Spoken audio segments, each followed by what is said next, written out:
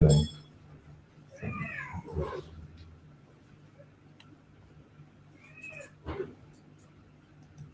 Okay, well, in terms of engaging God, there's a purpose that God has for us in engaging Him, and it's to bring us into sonship. And I want to share some prophetic, significant things that we're in right now. Yesterday was the 8th of the 8th, 2015. And that was a really, really significant day prophetically. And I want to share around that and why it's significant and what God is doing so we can get a hold of that. You know, 8, 8, 15, actually, if you take 15 and you add 2 plus 0 plus 1 plus 5, you get 8. So actually it's 8, 8, 8.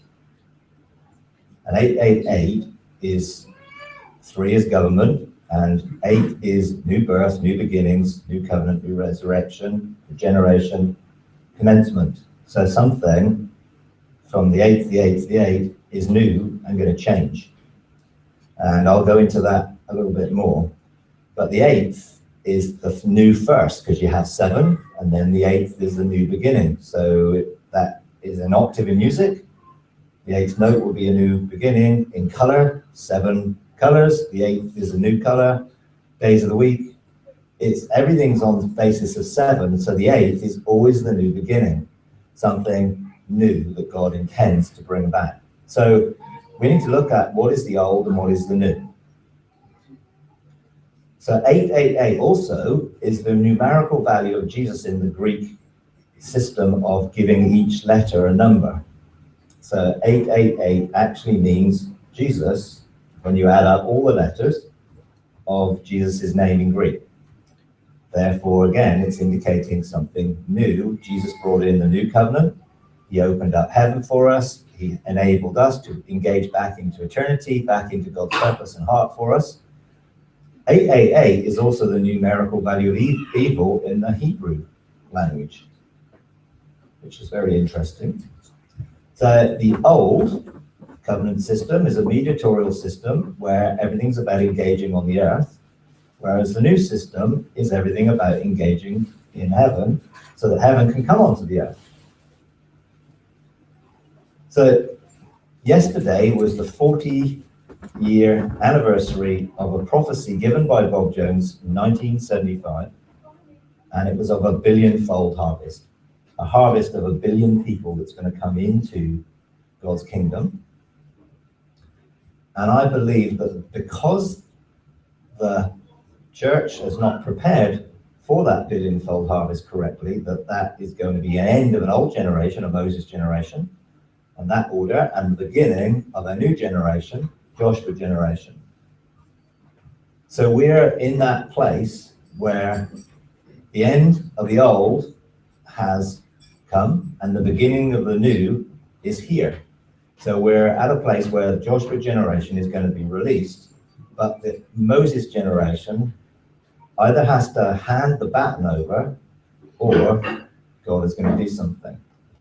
And you know, we've been hearing for the last few years about the removal of the fivefold earthly government and the beginning of a new heavenly order of Melchizedek, where the government of the kingdom is operating in heaven rather than just on earth.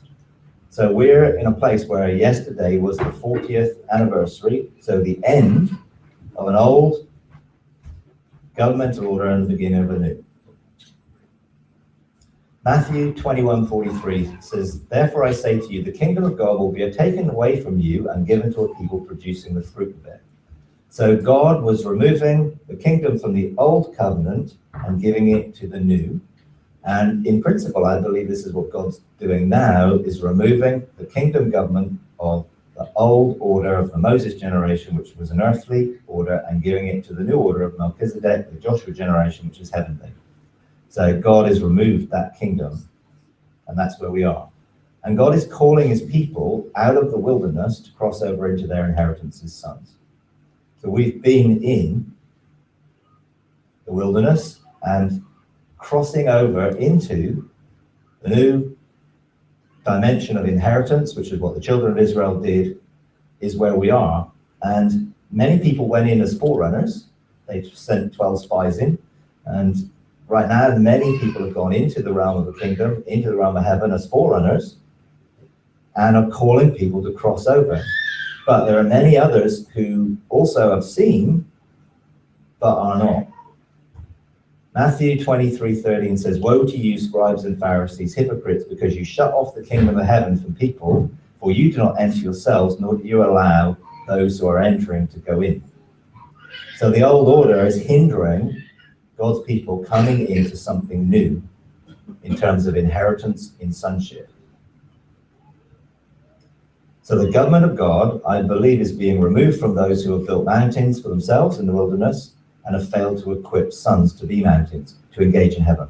And we're in that place right now where yesterday was the end of the old, and now we're actually in a new order. And many people may not even be aware of that, but this is about government, and it's about where the kingdom is going to be administrated from. Numbers 13:30, Caleb quieted the people before Moses and said, "We should by all means go up and take possession of it, for we shall surely overcome it." And that was the declaration of the Joshua generation. The spies, Joshua and Caleb, who went into the land, saw, hey, this belongs to us, this is God's word, this is our inheritance as God's children. And they encouraged people to say yes. But there were 10 spies who actually did the opposite. But the men who had gone up with him said, "We are not able to go up against the people, for they're too strong for us." So they gave a report of the land that they'd spied out, saying, "The land through which we have gone, in spying it out, is a land that devours its inhabitants. All the people whom we saw in it are men of great size. There we saw the Nephilim, the sons of Enoch are part of the Nephilim, and we became grasshoppers in our own sight, and so were we in their sight." And that is always the fear of the old order stopping a new order, embracing something new. And it's throughout history, it's always been the case that the old is opposed to the new. And we're in that place right now. And this is what Joshua said in verse 6 of Numbers 14. Joshua the son of Nun and Caleb the son of Jephthah, who had spied out the land, tore their clothes, and they spoke to all the congregation of the sons of Israel, saying, "The land which we passed through to spy out is an exceedingly good land. If the Lord is pleased with us, then he will bring us into this land and give it to us, a land which flows with milk and honey. Only do not rebel against the Lord, and do not fear the people of the land, for they will be our prey. Their protection has been removed from them, and the Lord is with us. Do not fear them." So in everything God is calling us into, we do not need to fear, because God is preparing the way for us to step in. But a Joshua generation will encourage people to embrace their inheritance. The Moses generation is encouraging people to stay in the wilderness and not cross over into the new things that God is calling, which is a heavenly inheritance. Those offered the responsibility to be ready for that billionfold harvest failed to raise up a Joshua generation of mentors to equip the next generation in their supernatural inheritance. They focused on the youth. There's nothing wrong with youth, but actually God's people are a united generation. We're all one in him. Doesn't matter whether we're old or young, we're all one in him. And God wants to equip people and gave this prophecy in 1975 for the church to be ready for what's coming. And unfortunately, it hasn't been ready. So instead, what happened was these Moses ministries were set up in the wilderness to do the works of God for the people instead of teaching people the intimacy and the ways of God. So God has weighed the old order. Now, there's a lot of stuff judicially going on in the realms of heaven right now, in the different courts of heaven. And God has looked at the institution that we call church. He's looked at those things that call themselves church. He's weighed the old order, and it found that it looks nothing like the reflection of the governmental pattern of heaven. So what God does in heaven and how he brings government in terms of Father, Son, and Spirit on the throne, bringing the kingdom, that's not what he sees on the earth primarily. So the judgment has now been made as of yesterday a judgment has been made in heaven and a verdict has been given, and that verdict is found against the old order and for the new order. Therefore, justice is to be done. Justice is that no old order will no longer carry the government of God, and grace and mercy are being prepared to be released in great measure for what God is going to do coming up. Bob Jones actually appeared right here where I'm sitting 3 days after he passed and became one of the cloud of witnesses. And I saw him, and he had in his hand a fiery scroll. And he offered that fiery scroll, and it was a scroll for the responsibility for the billionfold harvest. Now, I know he turned up lots of places over that weekend, because I've heard testimonies of it. And he came because his whole heart was now to see the fiery scroll being received by the church to take responsibility for the harvest. And a week later, Jesus actually stood here with another fiery scroll, and it was for the responsibility for the Joshua generation. And I felt moved to accept those scrolls. And we as a leadership here in our bench of 12 accepted those scrolls and the responsibility for our part in engaging in that harvest and preparing the Joshua generation. So I'm somewhat passionate about this subject and really desire to see us fulfill our inheritance and to see God's people raised up into their rightful place. But there's been a battle between the old and the new, the pastoral, earthly versus the apostolic, heavenly, for a long time. We were first shown that in 2005, so 10 years ago, and we've been working through that issue ourselves. That battle is still raging to establish a shadow that reflects the heavenly government of God on the earth, so that God can occupy that shadow with living stones, so he can come with his glory and fill his people if they look like him, and if they reflect how he is wanting the government and the kingdom to be established on the earth. The old order is mediatorial, providing coverings over people. The prophetic movement that arose in the 80s, which I was in a sense part of and saw develop, should have taught people to hear God for themselves and not set up dependencies on the prophets. How many people went to prophetic conferences to hear a word from God? But they wanted the prophet to prophesy over them. And that's what happened. And then they went to another prophetic conference to hear another word from God and get another prophet to prophesy over them, because no one taught them to hear God for themselves. The apostolic movement, which followed, which we were a part of, should have taught people how to engage heaven for their own blueprints and their own scrolls and their own destinies, not set up ministries to provide coverings for people. Because if you provide a covering for someone, you mediate between them and heaven. And people cannot see heaven for themselves if they're under a covering of somebody else. So we've seen that there's a new alignment with the four faces of God. And again, we first saw that in 2005, not really having any idea what it meant, but just knowing God said, hey, there's something new coming. And it's an alignment with the sound of heaven, the frequency of heaven, the shape of heaven. So in heaven, you have a royal priesthood. We're all called royal priests because we have an access to the intimate things of God in heaven as priests. And then we're also kings to administrate what we see. So we get the prophetic revelation of God in his heart and we release it to bring order and government. That forms an ark that allows on the earth the apostolic or the legislation and the prophetic or the oracles of God, again to form an ark that creates that reflection on the earth.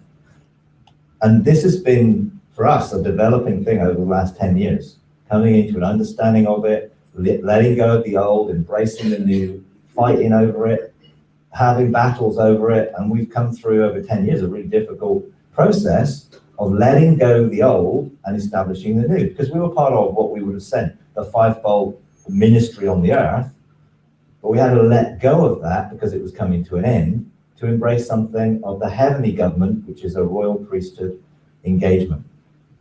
So what God has been doing is he has blueprints for everything in heaven.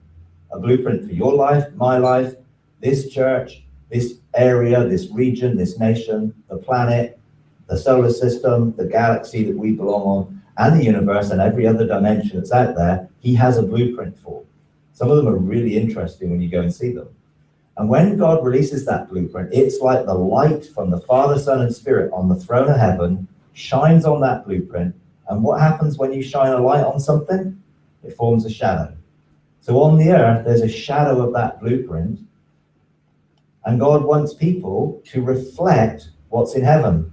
So there are benches of three, the heavenly government on the earth, in our spirit, soul, and body coming together, but also in the church or the city or the region or the nation, being established so that that shadow can be occupied, so that government can be on the earth as it is in heaven. Now, what's happened is that the old order has seen heavenly blueprints and has received revelation of what it is, but they've placed a shadow as a foundation and built on it. And therefore, whether it's you being the ruler of your own life, or pastors or prophets or apostles on top of the mountain, providing coverings for everyone else is underneath. And God has removed the government from that whole system now. So it no longer carries any spiritual heavenly authority. Now that is serious. And those who carry on trying to operate under that system will be under earthly authority and not heavenly. So a house or an ecclesia or a kahal needed 10 to form around a blueprint. Bench of 3, there was an angel of the house who was part of a bench of 7 to bring this priestly agreement between heaven and earth. And again, we've had battles to bring this into reality here because of the old and the new and the old mindsets competing against new mindsets. It's not been easy, but we're in a place now where that is operating, which is awesome for me. And for us, it's great. And everything operates according to the 4 faces of God. That's why we see the lion, the ox, and the eagle, and the man come and meet with us and engage in our meetings, where we have the 4 angels that are released to enable us to come into this new season. Transformation, winds of change, sound of many waters. Matthew 9:16 says this: "No one puts a patch of unshrunk cloth on an old garment, for the patch pulls away from the garment, and a worse tear results. Nor do people put new wine into an old wineskin, otherwise the wineskins burst and the wine pours out and the wineskins are ruined. But they put new wine into fresh wineskins and both are preserved." God is preparing a new wineskin of his government for his people. But people are trying to put a patch on the old, or put old wine into a new skin, and it doesn't work. Or new wine into an old skin, and it doesn't work. So there's mixture out there, which I'm seeing a lot. And the battle lines are being drawn between the old and the new. You're having some of those ministries that have been on the very cutting edge of what God has been doing are now opposing what God is now doing, because they have refused to pass the baton because they want control. So there are accusations of Gnosticism against Ian Clayton, Justin Abraham, and many others, because that creates a fear of the giants. Don't cross over into these new things because there are giants. Yeah, of course there are giants. We're supposed to kill them. Cut off their heads, open them up, and take everything out of their bellies that have been robbed from us. But these things are going on right now across the world, where lines are being drawn and people are going to be given a choice. You're going to embrace the new, or you're going to stay in the old. And fear is being created to keep people from taking their inheritance, just like it was when the 12 spies came and 2 gave a good report and 10 a bad report. 5 times more gave a bad report than a good. It doesn't mean that the bad report was good. Just because there were more people saying don't go here does not make it right. So be very careful who you're listening to. The enemy is really clever. So he's also trying to introduce a mixture of the old into the new. There are people setting up benches to serve their own ministries. And where does that reflect heaven? There's no one above God. So on the earth, a bench is the foundation that releases people into their inheritance. It's not over them. And therefore, there are also people trying to introduce senior leaders into benches to create old control systems within the new. And it won't work. Because a bench operates in unity and oneness. It operates together in harmony and agreement. And that's not easy. You have to work that through. It's taken us a few years to work that one through as well. To get to a place where you work together, mutually submitted to one another, bringing the gifts that you each have to add to what God is doing so that you can work together. So the enemy is trying to rob, kill, and destroy and stop what God wants to do right now. And it's really important that people do not listen to the bad report, but embrace the new report, the good report that says you can take your inheritance, that you can be sons of God. Isaiah 43, a voice calling, clear the way for the Lord in the wilderness. Make smooth the desert, in the desert, a highway for our God. Let every valley be lifted up, every mountain and hill made low. Let the rough ground become a plain and the rugged terrain a broad valley. Then the glory of the Lord will be revealed. God is calling and releasing a sound of heaven, deep calling to deep, into the wilderness and calling people to come out.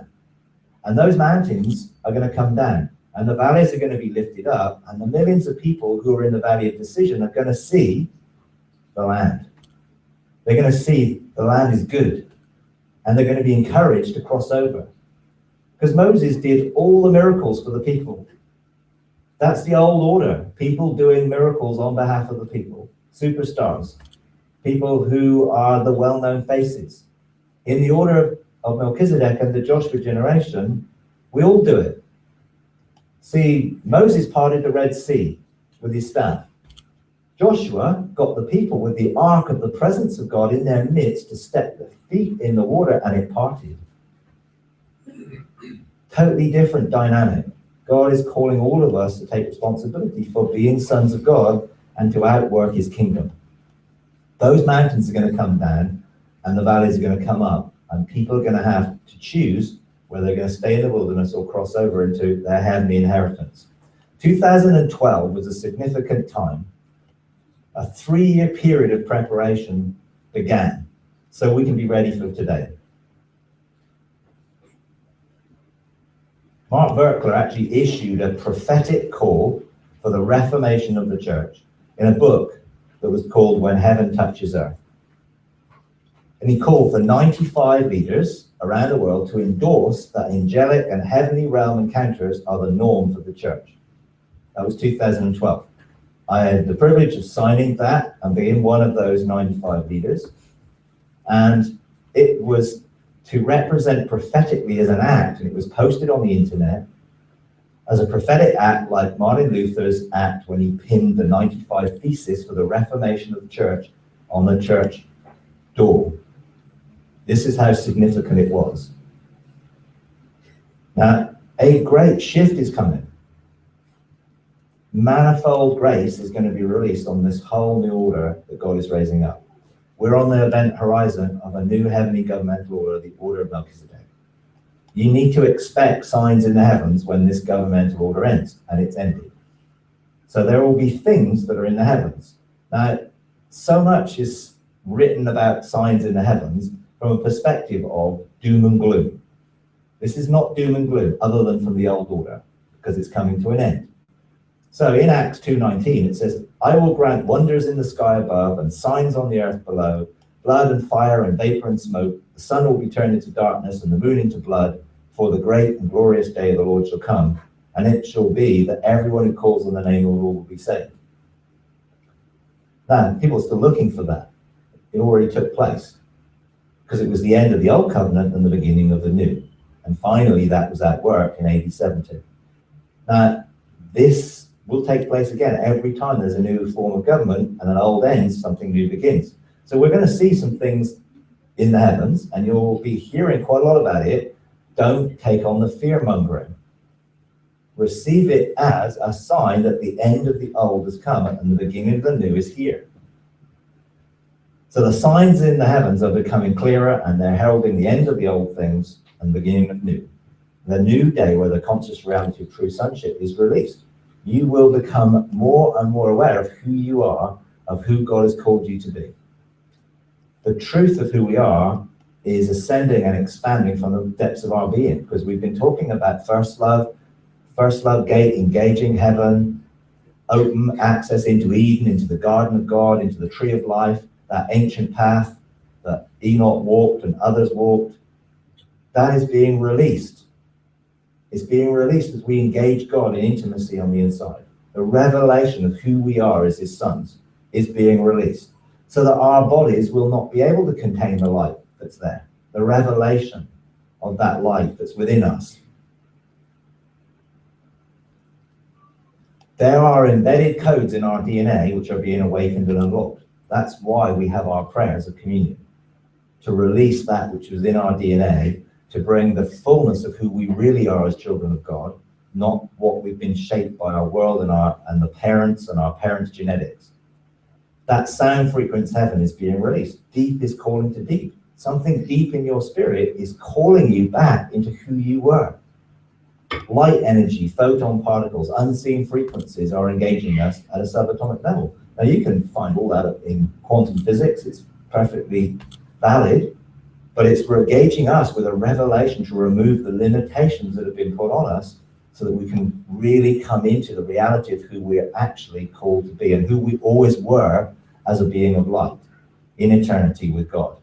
We've looked at this over the last few weeks, really, about soul and spirit and the familiar spirits and the soul ties between soul and spirit.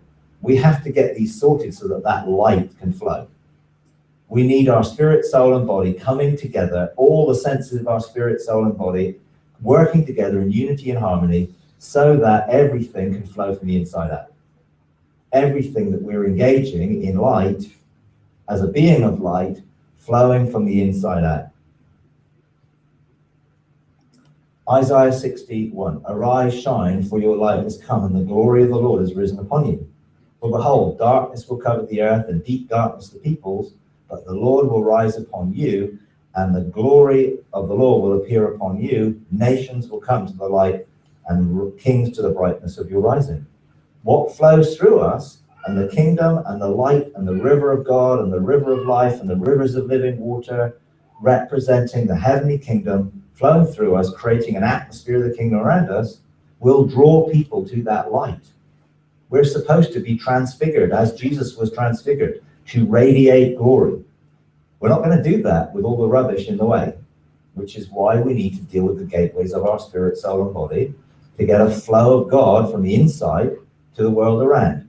Ezekiel 47, that river flowing under the threshold, coming from the kingdom in heaven, flowing ankle deep, knee deep, waist deep, until it's completely out of its depth, bringing life wherever it goes. That is God's purpose. That's why he wants us to release the light.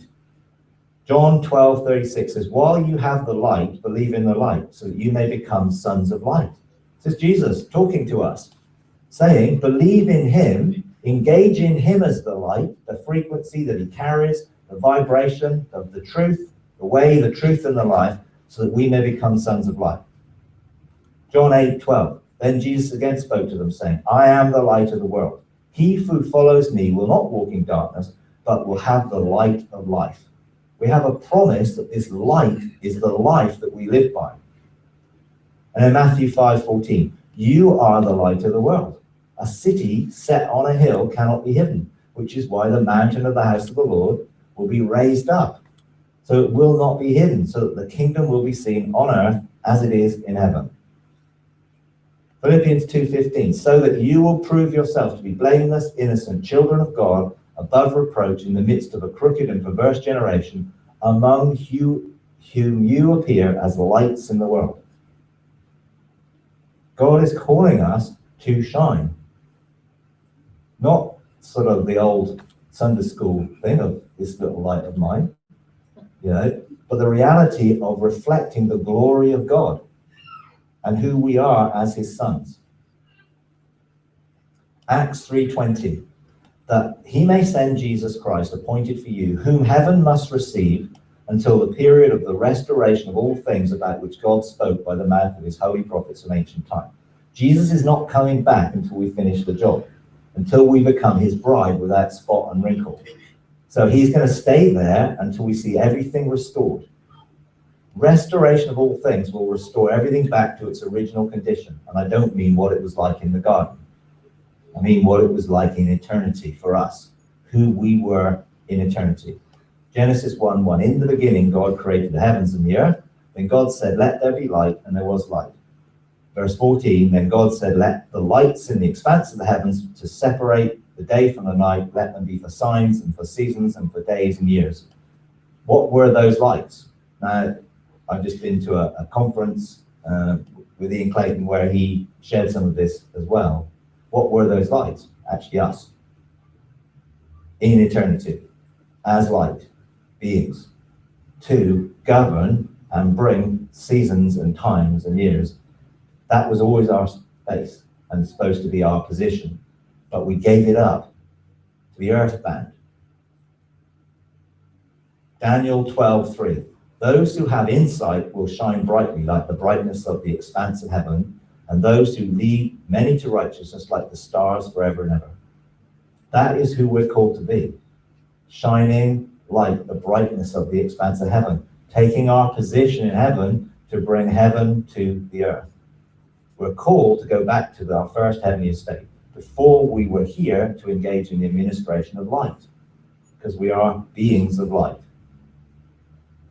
Psalm 139:16. Your eyes have seen my unformed substance, and in your book were all written the days that were ordained for me, when as yet there was not one of them.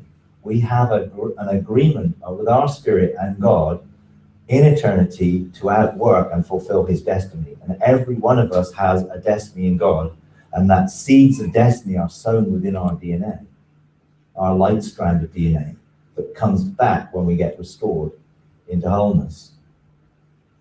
So what was, what is to come? We can engage in that and have a role in that, engaging with the frequency of who we were in the beginning. Now some of you are thinking, well, what's he on about? I'm talking about getting engaged with where God created us, because we have access to his heart. Eternity and the pathways are open for us to engage. We can engage right back into where God is. And this whole pattern of the circle or the infinity sign, again, an 8, new beginnings, where we can stand in what was, look into what is, and walk into what is to create what will be, is what God is calling us to do. And I've been doing this a lot over the last 6 months, stepping into the ark of the presence of God in heaven, going back into what was and standing there, just resonating in the light. My spirit just vibrating and looking forward, looking at the end from the beginning, so that we can actually call the end from the beginning to align. And some of the things I've been saying, and I found myself just saying this as I just started to vibrate. I journaled it because I felt it was important. So I stand in who I am, in what was, free to see and know, free to be, free to do, and free to go. I stand with my heart open, my spirit in resonant agreement with my eternal destiny and my mandate for today. Because I do this every day, mostly. I see the end from the beginning as I feel your heart, Father. As a priest and a king after the order of Mekhiredek, I stand as a representative of my family, ecclesia, town, region, nation, planet. As an oracle and a legislator of your eternal purpose, I call the beginning and the end into alignment and into governmental order.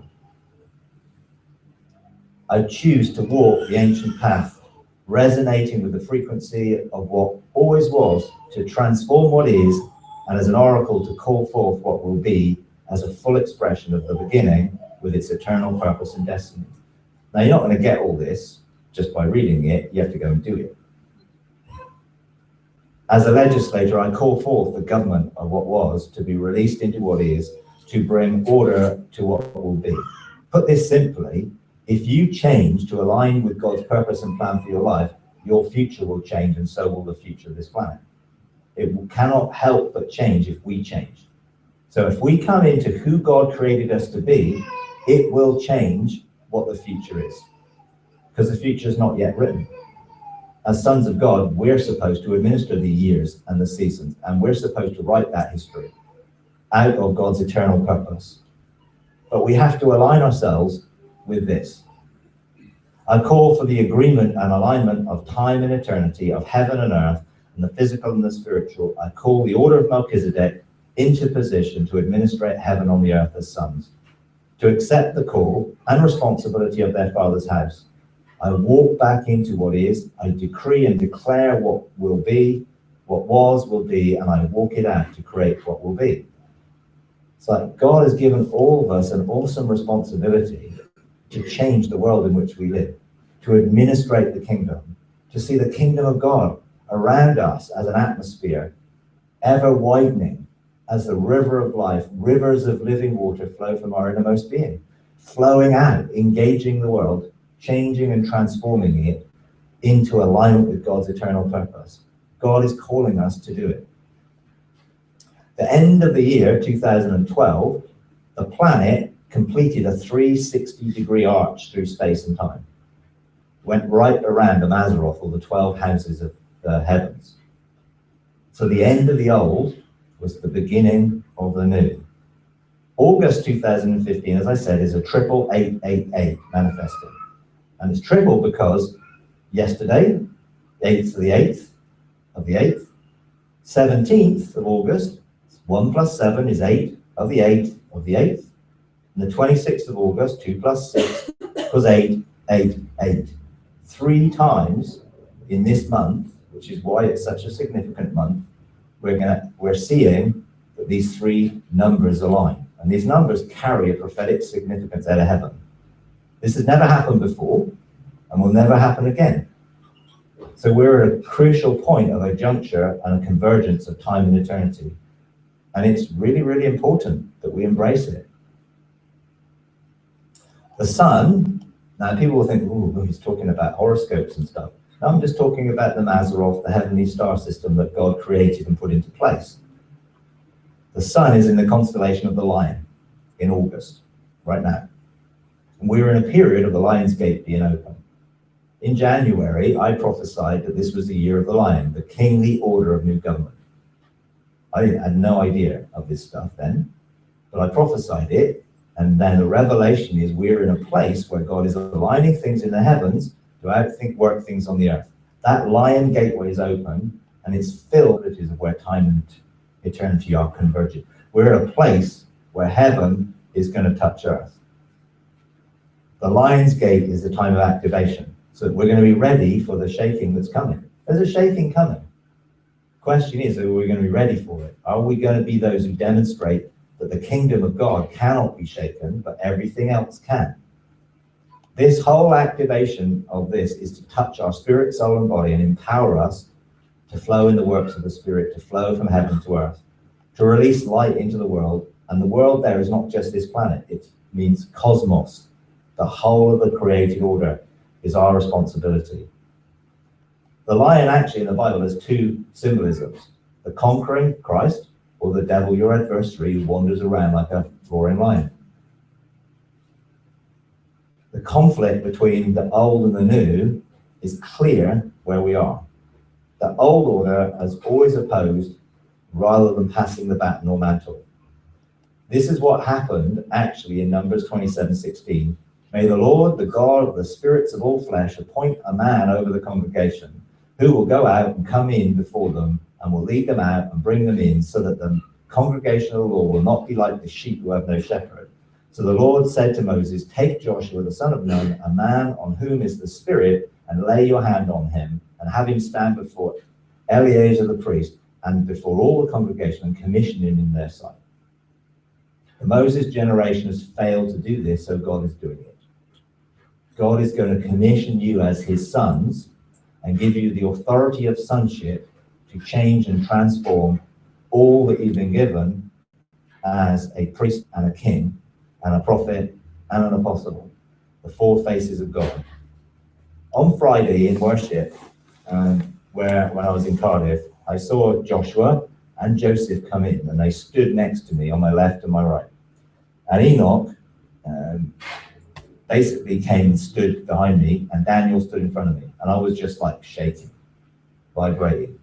Yeah, I was done for the rest of it, really, and because it was just really, really powerful. Joseph and Joshua held up my hands to strengthen me, symbolic of the window or the gates of heaven being open and heaven and earth overlapping again, where heaven and earth agree together. And Joshua and Joseph and Enoch and Daniel are significant. The Joshua generation has a different spirit. They're giant slayers. Joshua generation will mentor the next generation to engage their full supernatural inheritance.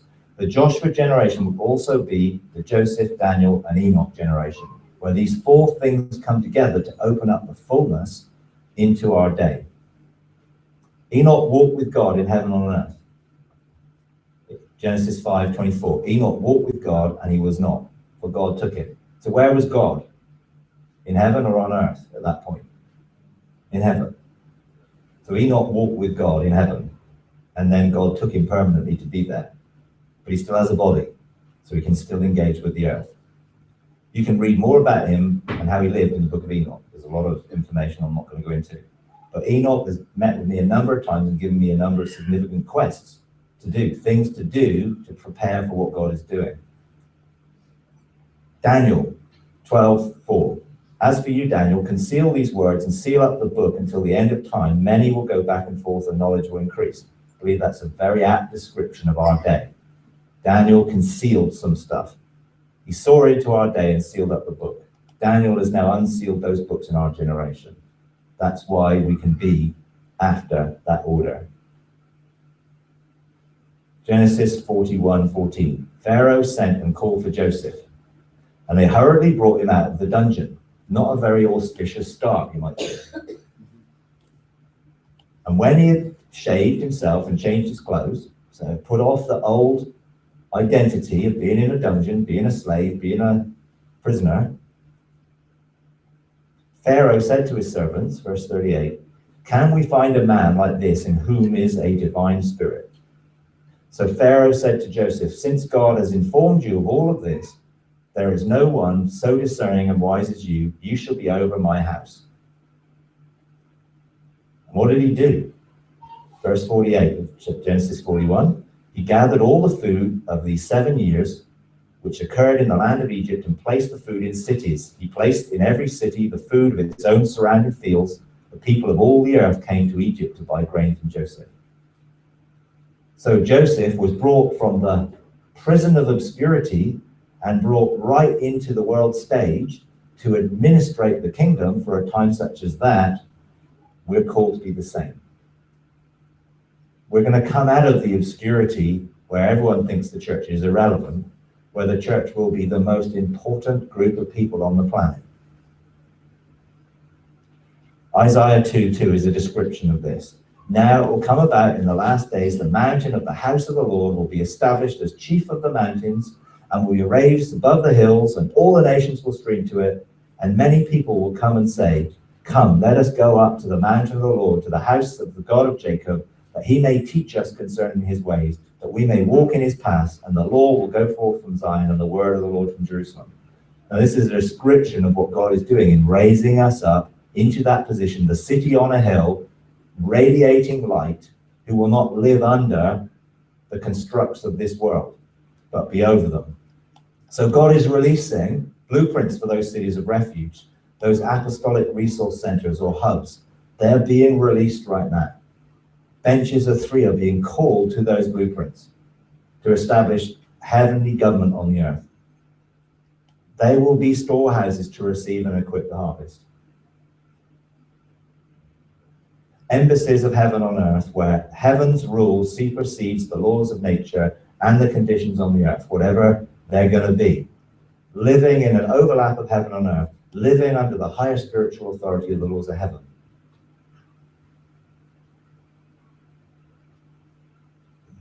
Let's see this. 2 Corinthians 5:20. Therefore, we are ambassadors for Christ, as though God were making an appeal through us. We beg you on behalf of Christ, be reconciled to God. God is wanting to reconcile the world to himself, the cosmos to himself, not just people, to bring everything back into reconciled order. Ephesians 6:20, I am an ambassador in chains, that in proclaiming the kingdom I may speak boldly. Paul talking about who he was. Even though he was in a prison, he still saw that he was an ambassador. An ambassador is a diplomatic official of the highest rank, appointed and accredited as representative in residence by one government or sovereign to another. So an ambassador is sent from heaven to represent heaven on the earth, and each of us is called to be an ambassador, an authorized messenger or representative, an agent, an apostolic delegate, a messenger, a minister, an emissary. Colossians 1:13, he has rescued us from the domain of darkness and transferred us into the kingdom of his beloved Son. Philippians 3:20, for our citizenship is in heaven. We are citizens of a heavenly kingdom living on earth. John 5:19, if you were of the world would love its own. But because you are not of the world, but I chose you out of the world. So we're not doing things in an earthly way. We're doing things in a heavenly way. John 17:18, as you sent me into the world, I also sent them into the world. We have been commissioned as ambassadors to go into the world, sent out of heaven, as Jesus was. John 20:21. So Jesus said to them again, peace be with you. And that's a really important phrase that we need to get hold of in terms of the peace of God. As the Father has sent me, I also send you. Every one of us has been sent with a mission and a commission to be an ambassador of heaven. This makes us ambassadors, citizens of another kingdom, in heaven, but living on the earth, gateways of heaven on the earth, bringing heaven to earth. That is God's whole purpose for us, is to establish earth as it is in heaven. Ambassadors are those officials. We take our orders not from the land we're in, but from the land we're sent from. And we've all been sent out of heaven. So you represent one kingdom, heaven, in another, earth, and you can live by the laws of heaven. Church is like that embassy, territory on foreign soil, and you are the church. You are the gathered ones, the ecclesia of God. You are protected by that heavenly authority. You don't need to be influenced by earthly culture, society, customs, but we are to influence and transform them. So we live under kingdom authority. That means a new health service.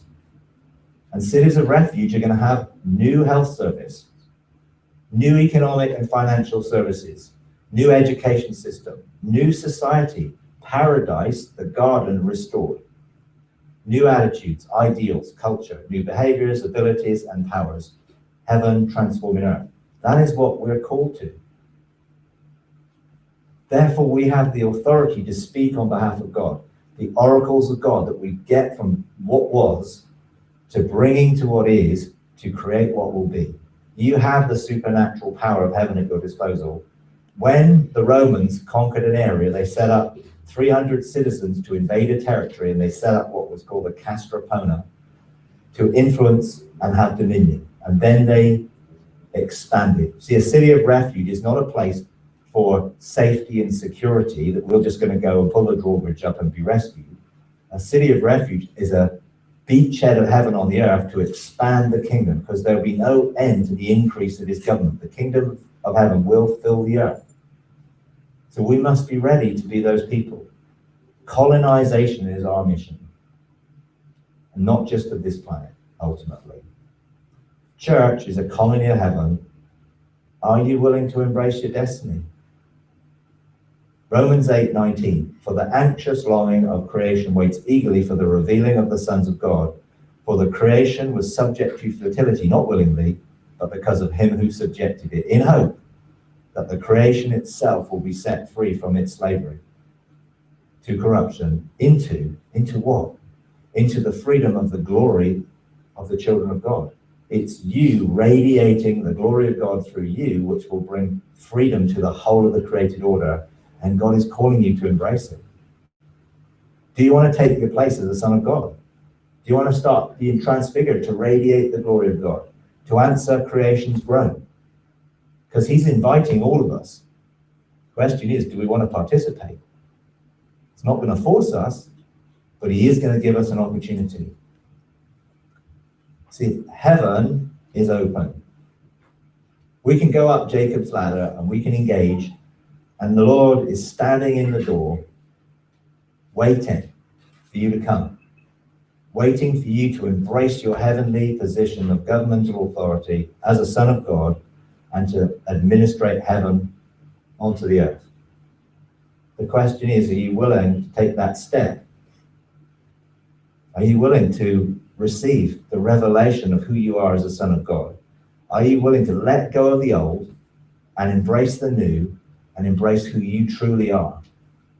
Not believe all that which has kept you down in the dirt under everything else, but giving you the freedom to see heaven for yourself, to go into heaven for yourself, to embrace your position of authority there and to administrate it as sons of God. Will you answer that call? I'm going to leave it there. I know this is slightly different from what we normally do. I'm not going to do an exercise, but I will encourage you to think. Heaven's open. Am I willing to step in and embrace my destiny as God's children?